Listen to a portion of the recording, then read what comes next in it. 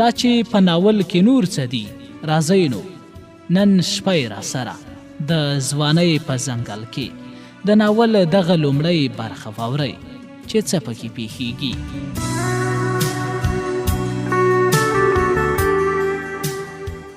د انګریزانو د وخت په توپخانه کې نه کوم په 1938 میلادي کال کله چې ماته د نایکۍ عهد راکړل شو نو انباله چوڼۍ ته یې واستولم.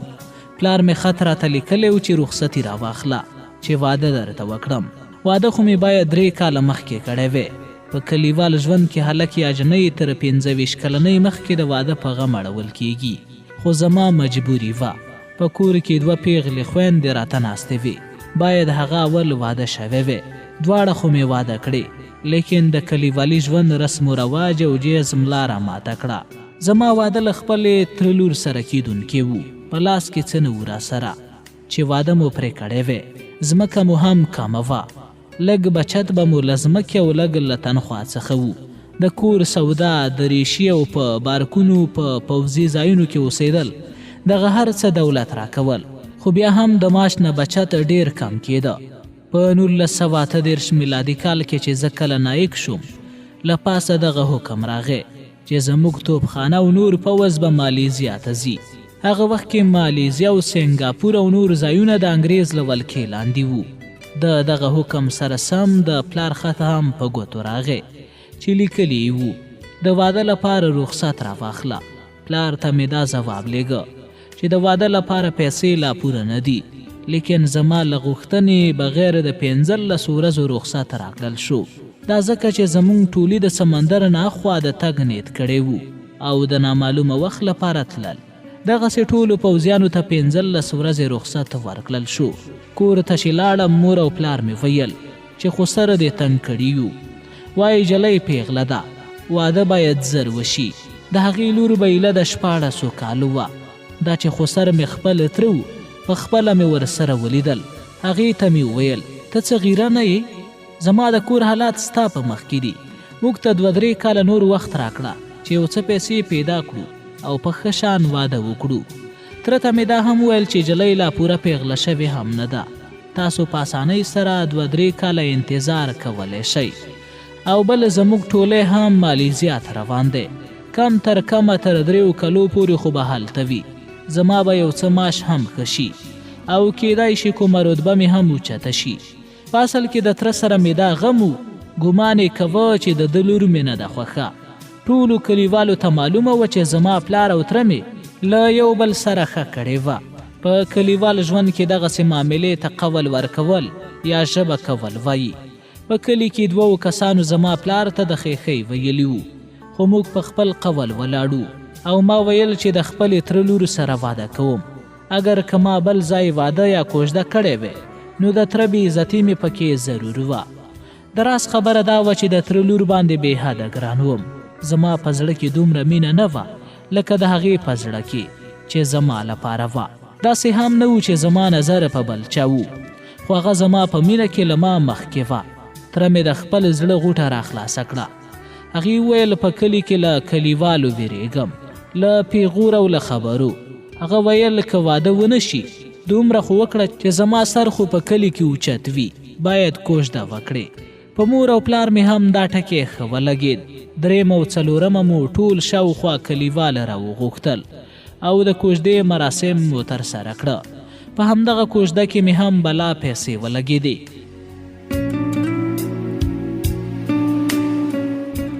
2 ورځې وروسته مې د تره لور زما مشرې خور ته ویلي وو که مهدي په ما ټول عمر انتظار وکړي هم به ورته کښېنم او واده به له هغه سره کوم. ځوانې جنکۍ په خپلو منځونو کې همداسې خبرې کوي. کله چې خور مې راته وویل ډېر زیات مې ورته وخندل خو د تره د لور خبره مې زړه ته ونه لوېده. په خندا مې تېره کړه. اگر که ماته دا معلومه وی چې هغې دا خبره هسې نه ده کړې بلکې د زړه له تله یې کړې نو ما به زړه ته اچولې وه. له یوه غوږ نه تر بله به مې نه ویسته. ما هغه خبره په خندا تېره کړه. زه څه خبر وم چې زه به د دې خندا په جرم کې ایسارېږم. ټول عمر پرې پښیمانېږم او ټول عمر به ژاړم او نوبت به یې زما د کورنۍ تر قتل پورې رسیږي. کله چې مې رخصتي ختمه شوه نو بیرته انباله چوڼۍ ته لاړم. زموږ توپخانه په ریلګاډي کې تر کلکتې پورې ورسول شوه. له هغې ځایه بیا په سمندري بیړۍ کې تر مالیزیا پورې ورسول شو. څو میاشتې په بارکونو کې پراته وو. هلته اکثره آبادي د مسلمانانو وه. د هندوستان هندوانو او مسلمانانو به تجارت او دکانداري هم کوله. اوس خو ټول د هندوستانو چې اکثریت یې پنجابي ځوانانو. د هندیانو له وجې اکثره ملایانو هم اردو زده کړې وې. زموږ هم د دویو د ژبې یو څو ټکي زده وو. کله چې 1939 میلادي کال شروع شو ما ته میاشتې نه دي معلومې. کله به یې موږ د سمندر ساحل ته ولیږلو او کله به یې په ځنګلونو کې واچولو. دغه زموږ ټریننګ یا تمرینو. په کوم ځای کې چې موږ هغه ټول ځنګلو. موږ یې هم د ځنګل سره عادت کولو. په 1939 کې جرمني دویم نړیوال جنگ شروع کړ. نو زموږ ټریننګ یې هم لا پسې سخت کړ. لیکن انګریزان ورخطا نه معلومېدل. جنگ په اروپا کې و. له هغه ځایه اروپا لرې وه. صاحب تا ته به معلومه وي چې د مالیزیا دریو خواو ته سمندر دی. یوازې شمال خوا ته وچه لري. 1940 میلادي کال هم همداسې تیر شو. زموږ ټولی کله به په بارکو کې و او کله په ځنګلونو کې. خو کله چې په 1941 میلادي اخر کې جاپان جنگ شروع کړ نو دلته په انګریزانو سخته راغله. موږ ته معلومه شوه چې د جاپان سمندري بیړۍ زموږ په خوا رانږدې شوې ده. د جاپاني پوځ معجبې له هیبته ډکې کیسې اورېدلې وې. په هندوستاني پوځ هیبت ګډ شو. دا بیا وروسته معلومه شوه چې هغه تبلیغات د هندي پوځ په منځ کې خواره شوي وو. تر ډېره غلطو. په هغه وخت کې زموږ د توپخانې ټولی د یو کلي په خوا کې پروتو. دلته د پوځ لپاره دغه یوه اسانتیا وه چې په کلي کې یو کانتین یا هټۍ وه. له دې ځایه د تګ امر وشو. دا نو د جاپان پوځ ته ور مخامخ کېدلو. موږ یې د مقابلې لپاره ساحل ته بوتلو. له سمندر نه 2-3 میله لرې په یوه ځنګل کې واچولو. زموږ نه مخکې د بیړیو پوځ و او هره ورځ به اوږده لیکچرونه راکول کېده. په دغه خبرتیا به زیات زور راوړل کېده چې که هر څنګه وي جاپانیانو ته ځانونه ژوندي په لاس مه ورکوئ. ځکه چې هغه په قیدي پوځ باندې نښې ویشتل او نور مارشونه کوي او ډېر سخت عذابونه ورکوي. ډوډۍ په نیمه ګېډه هم نه ورکوي. داسې ډېرې خبرې وې چې موږ ته وکړل شوې.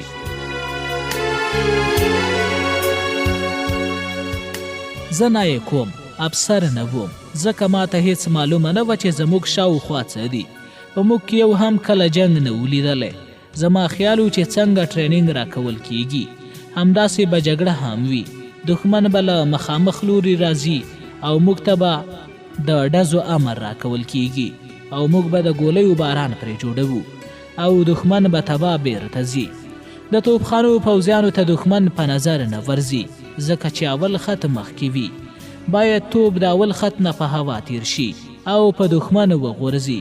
یوازې دومره به راته ویل کېده چې دښمن دومره اندازه لرې دی او په پلاني ځای کې دی. مګر دښمن له مخامخ لوري رانغی. موږ چې مخامخ لوري ته انتظار و هغه د اسمان له طرفه راغی او توره شپه یې را جوړه کړه. بمونه راخطا شول. له پاسه په ماشینونو ویشتل کېدو. له موږ سره هم سپکې ماشینې وې خو په هوایي الوتکو یې کوم تاثیر نه کوه ځکه جاپاني الوتکه بېغمه په موږ تاوېدلې او ګولۍ راباندې ورولې. زموږ د ټولي افسر او یو ځوان هم پاتې نه شو. ټول سره وتښتېدل. کله چې جازونه لاړل زه راوچت شوم. ومې لیدلې چې زموږ د ټولي حولدار ګلزیب هم په ټولي کې چېرته ځان پټ کړی و خو تښتېدلی نه و. له هغې سره ماشینه وه او د اسمان په طرف یې کتل. هغه یو زړور پښتون ځوان و. زه په یوه منډه د هغې خوا ته ورغلم. د هغې شاوخوا ته 8 کسان مړه پراته وو. د ټولو درېشه یې په وینو ککړې وې. بې حرکته پراته وو. یقین کېده چې ټول مړه شوي. حولدار ګلزیب راته وویل چې د خپل ټولي کسان پیدا کړه. که زخمی و باید مرسته ورسره وکړو. مرستې ته باړوي. له هغه ځایه چې څنګه اوچت شوم د شاوخوا مې د توپ ګولۍ ولګېدې. د درنو اوازونو نه غیر نور څه نه اورېدل کېده. د پوځیانو غوښې په هوا والوتې. د ځنګل ونې او تیږې همداسې ماتېدې. موږ ته د جاپان د توپونو ډزې ښکارېدې خو هغه ځمکني توپونه نه وو. دا یې رسا له سمندري بیړیو راویشتل. زموږ له توپونو څو چنده تیزو ځمکه به یې په بل مخ اړوله. حولدار ګلزیب ته مې وویل چې زموږ کوم پوځي ژوندی یا زخمي نه دی پاتې، راځه چې ځانونه وباسو. هغه وویل چې له ځایه ونه خورې. توپونه همداسې لکه د باران را روانو. مرګ مې سترګو ته نیغ ولاړو. همداسې مې امید و چې توپ به راځي او موږ به مرو. د ګولیو او توپونو جنگ تر نیم ساعت پورې وغځېد. لږ وروسته کله چې جنگ ودرې دواړه له مورچې نه راوختو. په سترګو هېڅ نه معلومېده، هر طرف ته تورې لوخړې وې. د خپل ټولي په لیدو شو. یو توپ سرچپه پروت و. په یو ځای کې مې دوه پښې ولیدې چې له کوم جسم نه بیلې شوې وې. 4 داسې جسدونه مې ولیدل چې سوچا نیم نیم پرې شوي وو. زموږ دواړو نه غیر نور څوک ژوندي نه و پاتې. که پاتې و هغه تښتېدلي وو. معلومه نه وه چې زموږ نه مخکې پوځ ژوندی پاتې دی که نه. که ژوندی وي چیرته به وي، زموږ نه شاته هم پوځ پروت و. د هغې هم هېڅ معلومات نه وو. زموږ توپخانه هم زړه او سپکه توپخانه وه چې له یو ځای نه بل ځای ته به مو د کچرو په شا وړله. زموږ څه کچرې مړې شوې وې او څه په ځنګل کې ورکې شوې وې. یو ځل بیا توپونه راسر شول. ګلزیب ته مې وویل چې دلته پاتې کېدل لیونتوب دی، باید له دې ځایه لاړ شو. خو هغه یو زړور سړی و. وی ویل د بوزدلو په شان په شا تګ نشم کولی. ورته مې وویل که دښمن ښکارېده نو ورسره به جنګېدلي وو. ته نو څه ته ولاړې، له چا سره جنګ کوي؟ هغه ماته وویل کومه ژوره مورچه وګوره او ځان پکې پټ کړه. توپونه په ډېر زور او شور سره را روانو. په دغسې باران کې یو تجربه شوی پوځي هم نشي پاتې کېدی. ما لا 2 قدمه نه و اخیستې چې خواته مې د توپ ګولۍ ولګېده. د مرمۍ هوا زه 2 متره لرې وغورځولم. د چاودنې سره مې په سر چکر راغی. 1-2 دقیقې هیڅ په سور کې نه وم. لږ وروسته مې پښه او پښې لاس درد احساس کړ. کله مې چې لاس ته وکتل وینې ترې راخوټېدې. پښه مې 2 ځایه زخمي وه. له غړه پښه په وینو کې لته پته وه. په هغه وخت کې به موږ د پتلون پر ځای نیکر اغوسته.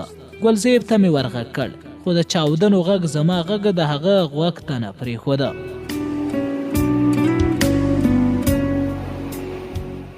پاس 2-3 جازونه هم ګرځېدل. کوم چې 10 دقیقې وروسته بیا توپونه بند شول. ډېره ویرونکې خاموشي خوره وه. زما په غوږونو کې لا تر اوسه د توپونو اوازونه وو. له خپل بیک نه مې چې شاته راپورې تړلی وو پټۍ او نور درمل راوویستل او د ګلزیب په طرف ور روان شوم. هغه نیم ساعت غځېدلی وو. سترګې او خوله یې خلاصه وه. په جسم کې کوم حرکت نه وو. د هغې د دریشۍ رنګ د خاکي رنګ په ځای په وینو سره اوښتې وه. خواته یې ورغلم. ومې خوځه وه، خو هغه له دې دنیا څخه رخصت شوی وو. زه یوازې پاتې شوم. اوښکې مې را روانې شوې. دا د ټولو ملګرو د مرګ او ویر اوښکې وې. اوس نو خپل ځان مې باید له دې ځایه ویستلی وی. اول مې په خپل مټ پټۍ وتړله. د وینې درېدل ضروري وو. زخم مې په ښي لاس و. چپ لاس مې سم نه ورته برابرېده. وینه همداسې روانه وه. زما زخمونو ته همدا پټۍ کافي نه وه. د ګلزیب د شا بکس مې راخلاص کړ. دا چې زخمونه د ګولۍ ونه وو. د ګولۍ زخم دومره د تکلیف وړ نه وي لکه څومره چې د بم د پارچې وي. د ګلزیب په بدن بېشمېره پرچې لګېدلې وې. زه یوازې 2 پرچو وهلی وم. له درده یې زیات ځورولم. د ګلزیب برخه پټۍ مې هم په خپلو زخمونو ولګولې. هغه هم په وینو سرې واوښتې. زه پوهېدم چې که مې وینه ونه درېږي مرګ مې حتمېدی. خوله مې له تندې وچه وه. د خپل پتکي اوبه مې خلاصې کړې وې. ذهن ته مې هم همدا خیال راته چې چیرته باید لاړ شم. څه وکړم؟ شاوخوا ځنګل و. زما انجام به څه وي؟ د ګلزیب له پتک نه مې اوبه خپل پتک ته واچولې. دې سره مې لکه د ماشومانو سلګۍ شروع کړې. داسې راته محسوسه شوه چې ښایسته ځوان ګلزیب مې تږی وژل شوی وي. د هغې بوتل مې خواته ورکېښود لکه هغه چې په هوښ راځي او بیا په اوبو پسې سترګې اړوي. لږ وروسته مې فکر سره راټول کړ. یقین مې وشو چې د هغه اوبو ته ضرورت نشته. بوتل مې له ځانه سره واخیست او ولاړ شوم.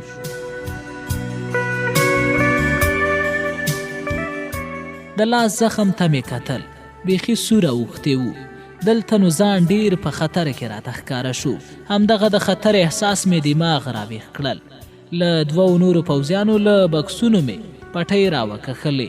یو ځل مې بیا نوې پټۍ ولګولې. زما سره یو رایفول او یوه ګردنۍ چې څو کارتوسه پکې بند و. په ځنګل کې یو طرف ته روان شوم. هېڅ نه پوهېدم چې چیرې لاړ شم، خو تګ مې په شا کوه. وړاندې د ډزو غږ راته. زه پوهېدم چې دا جاپاني پوځ دی چې زموږ پوځ په بېرحمۍ سره ختموي او په مخ را روان دی. زه د هغې په قید کې راتلم. همدغه یوه خاطره وه. موږ ته څو وارې ویل شوي وو چې هغې ته ځانونه ژوندي په لاس مه ورکوئ. هغې د بندیانو په زخمونو مالګې او مرچ وراچوي. له هېڅ عذاب ورکولو دریغ نه کوي. همدغه ویره وه چې زه یې په نامعلومه لار روان کړی وم. ما ته دغه یوه اسانتیا وه چې ځنګل ډېر زیات ګڼ و او ځای ځای یې ډېرې ژورې کندې لرلې. د پټېدو لپاره دغه قدرتي کندې ډېرې وې. د ځنګل واښه هم د سړي له قده اوچت و. زخمونو زما د صبر امتحان اخیستل شروع کړي وو.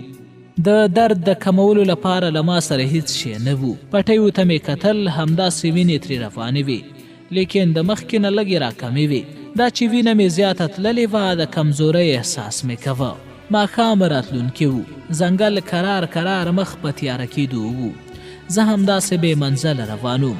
کله چې لمر پناه شو، لږ وروسته ځنګل بیا د سپوږمۍ په رڼا روښانه شو. سر مې راباندې همداسې ډډ ډډ کېده. د یوې ونې لاندې کېناستم. لوږې او تندې بیل پریشانه کړی وم. خیر دا خو څه خبره نه وه. ځوان وم. د لوږې او تندې برداشت مې کولی شو. مګر کله به چې دا خیال دماغو ته راغی چې چیرته روان یم، چیرته باید لاړ شم، پناه باید پیدا کړم، که نه دغې خبرې سخت په عذابولم. یو ځل بیا د توپ ګولۍ را سر شوې. دا ځل هدف زما کلی و. په کوم کلي کې چې زه پیدا او لوی شوی وم، په کوم کلي کې چې زما مور او پلار او خپله کوژده کړې وه. زه ورته په یوه ونه کې ناسته او د دوی وسایل مې کوه چې څنګه د ګولۍ وښکار کېږي. له کلي هېڅ څوک نه راوتل. بیا نو زما کلي اور واخیسته. ډېر پیلان له یو طرف نه راپیدا شول او زما کلي ته ورننوتل. له دې سره ډېر خلک له کلي راووتل. ځینې د پیلانو د پښو لاندې شول. ما چغې شروع کړې. لاس او پښې مې وهل. له دې سره راپخوت شوم. زه د مالیزیا په ځنګلونو کې وم او نه پوهېږم چې ویده وم که بې هوښه. خو چې پخوت شوم، هر طرف ته تیاره وه او د ځناورو له اوازونو له ویرې ټول رپېدم. سر تر نوکه په خولو کې ډوب وم. دلته مې درود شریف شروع کړ او له خدایه مې د ګناهونو د بخښلو غوښتنې کولې. همدغه سوچ مې کوه چې سخته راغله، نو ایله خدای جل جلاله را یاد شو. کله چې سړی په آرام او سکون کې وي او انسان په ځوانۍ کې وي، نو خدای جل جلاله څه چې بل انسان هم نه ورته یادیږي. په دغه سوچ مې ځان خدای جل جلاله ته ملامته احساسوه. زما خوب وتښتېد. زما سره ساعت نه و چې وخت پرې معلوم کړم. معلومه نه وه چې شپه څومره پاتې ده. په پټیو مې لاس کش کړ. لمدې وې، وینه مې درېدلې وه. زه نیم ناست او نیم غځېدلی وم. دغه فیصله مې نه شوه کولی چې لاړ شم او که څملم. لږ وروسته خوب فیصله راوکړه. د لمر تودوخې راوچت کړم. په پټیو مې میږي اخته شوي وو. د جسم له کمزورۍ شاید ویده شوی وم. له لږ سوچ وروسته په یو طرف روان شوم. اوس هیڅ نه را یادېږي چیرته تلم. د ورځې او شپې فرق مې نه شو کولی. یوازې دغه احساس مې و چې زخمونو مې ښه زورور درد کوه. دغه فکر هم راولوېده چې ډېر زر به د ځنګله هوا او نم زما زخم را خراب کړي، ځکه چې سخت ماشي و. نه پوهېدم چې شپه وه که ورځ، لمر و که د سپوږمۍ رڼا. یو دوه له لرګیو جوړ څپرونه مې ولیدل. دغه د لرګیو جوړ څپرونه هلته هم وو. بیا په ځنګله کې زه د څپرو په طرف ورغلم. د څپر نه د باندې د یوه سپینګیري مالیزیایي جسد پروت و. دغه څپرونه د کوټو په شکل جوړ وو. د یوې دروازه خلاصه ولاړه وه. دننه یوه جلۍ وه چې عمر به یې د 14 کالو و. په داسې حال کې مړه پرته وه چې معلومېده مخکې له مرګه ناوړه چلند ورسره شوی. له جسم نه یې وینه تللې وه او په ځمکه وچه شوې وه. دلته مې په جسم رپ ولګېد. ټول بدن مې همداسې پسې لړزېده. دماغ مې را بیداره شول. په دویمه کوټه ورننوتم. 2 سړي پکې مړه پراته وو. له سړیو نه لږ وړاندې د یوې ځوانې ښځې جسد پروت و. د هغې حالات همداسې وو لکه په بله کوټه کې د مړې پیغلې. همدغه شیبه مې یوه بله زړه خوږونکې منظره ولیده. یو تیخوری ماشوم په وینو لت پت پروت و. دغه 2 سړي چې مړه پراته وو په بدن یې بې شمېره زخمونه وو. یقین کېده چې د خپل عزت په خاطر جنګېدلي او بیا په بېرحمانه توګه وژل شوي وو. دغه سوچ مې کوه چې دا به جاپانیانو قتل کړي وي. زه اوس هم وایم چې د ښځو بې عزتي او د ماشومانو وژل کومه مردانګي نه ده. کله چې پاکستان منځ ته راته نو هندوانو هم له مسلمانانو سره د هغې له ښځو او ماشومانو سره دغه مرادنګي وکړه. په دغو څپرو کې 3-4 غوڅه شوې کوپره پرته وه او زه هم له لوږې سم مړ وم. یوه مې راوچته کړه. کله چې مې خولې ته ویوړه نو یوه نامعلوم طاقت مې لاس بیرته شاته کش کوه. زما زړه د هغې کور څه نه قبلول. په کوم کور کې چې یو تیخور ماشوم په بېدردۍ قتل شوی وو.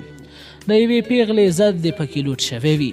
هلته لوښي کپړې همداسې بې ترتیبه پکې پراته وو.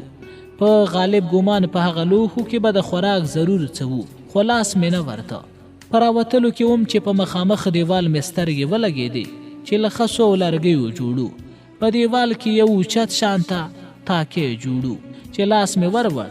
په ټوټه کې نغښتی کوم کتاب و. بې له شکه مې زړه وویل چې قرآن دی. کله چې مې خلاص کړ په اردو ترجمه شوی قرآن و. ما ته معلومه و چې دغه خلک اردو نشي لوستلی، خو دغه قرآن شریف له هند څخه راوړل شوی ښکارېده. ما ته هغه آیات یاد نه دی چې کوم یو وو، خو ترجمه یې راته یاده ده چې داسې وه: ټول تعریفونه خدای جل جلاله لره دي. الله به تا ته خپل نشانونه در ښکاره کړي چې ته به یې وپېژنې. ستا پروردګار ستا نه غافله نه دی. زما سره کوم علم نه وو، نه د علم رڼا، بلکې زما په سینه کې تیاره وه. د قرآن دغه آیات زما په زړه کې امیدونه راوچت کړه. له همدې سره مې په زړه کې د انتقام لمبې بلې شوې. دغه وژل شوي خلک مسلمانانو. په ما فرض شول چې باید د دویو د قتل او بې عزتۍ بدله واخلم، مګر له چا نه. زه یوازې وم، د جاپان ټول پوځ وو. ما ته خپل ژوند شک کې ښکاره شو. له ناامیدۍ نه مې یو ځل بیا اوښکې روانې شوې. غوښتله مې چې دغه قرآن له ځانه سره واخلم او په هر حال کې له ځانه سره وساتم. کله چې د ځنګل نه وځم نو په زړه کې به مې د قرآن رڼا وي. خو کله چې د څپرګي څخه راووتم داسې راته ښکاره شوه لکه د هغې تر ټولو قیمتي شی غلا کوم.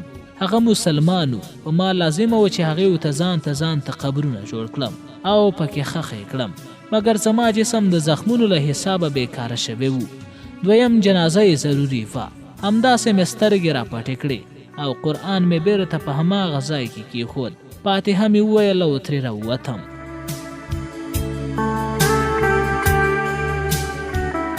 تر ډېره مې یاد دی چې په شا روان وم. هېڅ مې مخ نه شو اړولی. له دغو څپرګو څخه مې یو نامعلوم طاقت واخیسته. او عجیبه خبره دا وه څومره چې زه هلته ولاړم د خپلو زخمونو په درد نه یم پوهېدلی.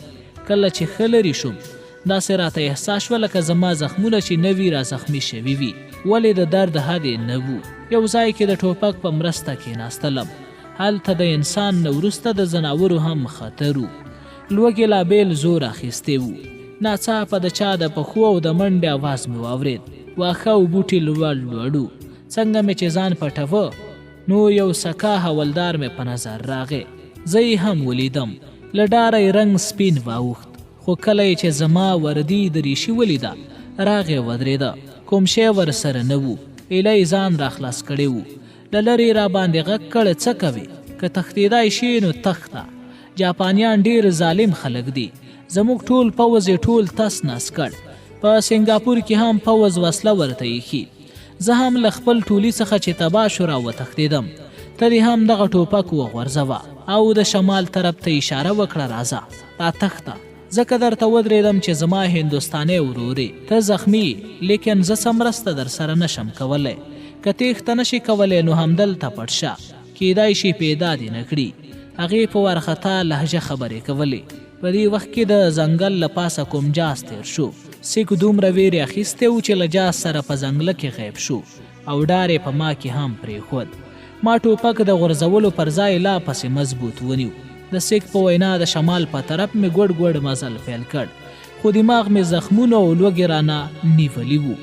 په ځنګل کې داسې کومه ونه هم نه وه چې څه میوه دې نیولي وي. په دماغو مې همدا زور راوړ چې جاپانیان په کوم طرف کې دي چې زموږ پوځ یې را ختم کړ. په هېڅ څه نه پوهېدم. چې په کوم طرف روان یم، په هوښ یم، خو دومره پوهېدم چې هر څه حقیقت دي، خوب نه دی. زخمونه مې حقیقتو، ځنګل وږه هر څه حقیقتو. دا حقیقت هم راته وشو چې له 4 ورځو راهیسې زخمي یم. څو ورځې هېڅ نه پوهېدم، د لاسنیوي مې څوک نه وو او نه داسې څوک وو چې پوښتنه مې ترې کړې وې چې زه د ځنګل په کومه حصه کې یم. په پټیو مې لاس تېر کړ، لکه د لرګي داسې مې په زخمونو باندې کلکې شوې وې. له دې نه مې معلومه کړه چې ورځې را باندې اوښتي. یو ځل بیا مې د الله جل جلاله نوم واخیست او روان شوم. اوس نو بیخي له ځانه ناخبره وم. په سترګو مې تیاره راغله او لږ وروسته بیا تیارې ورکې شوې. خپل نبض مې کته، ښه په زوره زوره به ولیده کله. ټول وجود مې لکه د سکروټې په شان ګرم و. دا د تبې علامې وې. په یو ځای کې مې شمشتۍ ولیده. کله چې زما اطرافا واورېده نو له ځایه اوچته شوه او روانه شوه. بې شمېره هګۍ یې کړې وې. زړه مې غوښتل چې هګۍ وخورم. یو څل وږی راکموله. د پخېدو لپاره ما چپس اور دبلی و. د خوراک لپاره د جام په شان کاسه له مونږه هر پوځي سره موجوده وه، خو پخېدو ته یې دا یو ضرورت و. ما سوچ وکړ کېدای شي شمشتۍ د اوبو په طرف روانه وي، ځکه اکثره په اوبو کې ژوند کوي. له هګیو سره په شمشتۍ پسې روان شوم. د میږي تږي وو. اخر یې داسې ځای ته ورسولم چې په 100 قدمۍ کې یو تالاب په نظر راته. نه پوهېږم چې تالاب ته اوبه له کومې خوا راتلې، خو جام مې ترې راډک کړ. 3 هګۍ مې پکې واچولې. یو څه وچ واښه او لرګي مې راټول کړل. خلاصه دا چې هګۍ مې پخې کړې. د چرګ له هګیو نه یې خوند ډېر بدل و، خو لوږې مې حالات دې حد ته رسولی و چې تیږې او خاورې مې هم پخې کړې وې چې باید خوړلې مې وې. په هګیو پسې مې بې درېغه اوبه وڅښلې چې له ډېرو ورځو وروسته مې پیدا کړې وې. له دې سره نه پوهېدم چې خوب و که بېهوشه وم. همداسې پسې ویده شوی وم. هیڅ خبر نه وم چې یوه ورځ وتلې وه، که یوه شپه یا یو ساعت. چې سترګې مې خلاصې شوې نو په ځنګل کې وم. هغه ځای نه و کوم چې مې هګۍ پکې پخې کړې وې او خوړلې وې. زخمونه مې پټیو راخوږول. نورې پټۍ هم نه وې چې لګولې مې وې. اوس مې په مرګ کې کوم شک نه راته ښکارېده. زړه مې همدا ویل چې ډېر زر به له دنیا سره خدای پاماني وکړم. د نجات 2 لارې راته ښکارېدې. یو دا چې په خپل ټوپک ځان وولم او دویمه دا چې ځان جاپانیانو ته په لاس ورکړم. خو ما ته دا معلومه نه وه چې جاپانیان په کومه خوا کې پراته دي. کله مې چې مرګ قبول کړ په سترګو مې تیاره راغله. په تصور کې هغه څپرګي کې ولاړ وم، په کوم کې چې هغه مولایان مړه پراته وو، په کوم کې چې د قرآن دا آیات مې ولیده: ټول تعریفونه الله لره دي. الله به تاسو ته خپل نشانونه درښکاره کړي چې تاسو به یې وپېژنئ. ستاسو الله له تاسو نه غافله نه دی. له ټولو نه مخکې مې له خولې نه د ګناه د معافۍ کلمې ووتې او دا شکر مې وویست چې مسلمان یم. دلته مې لږ همت وکړ.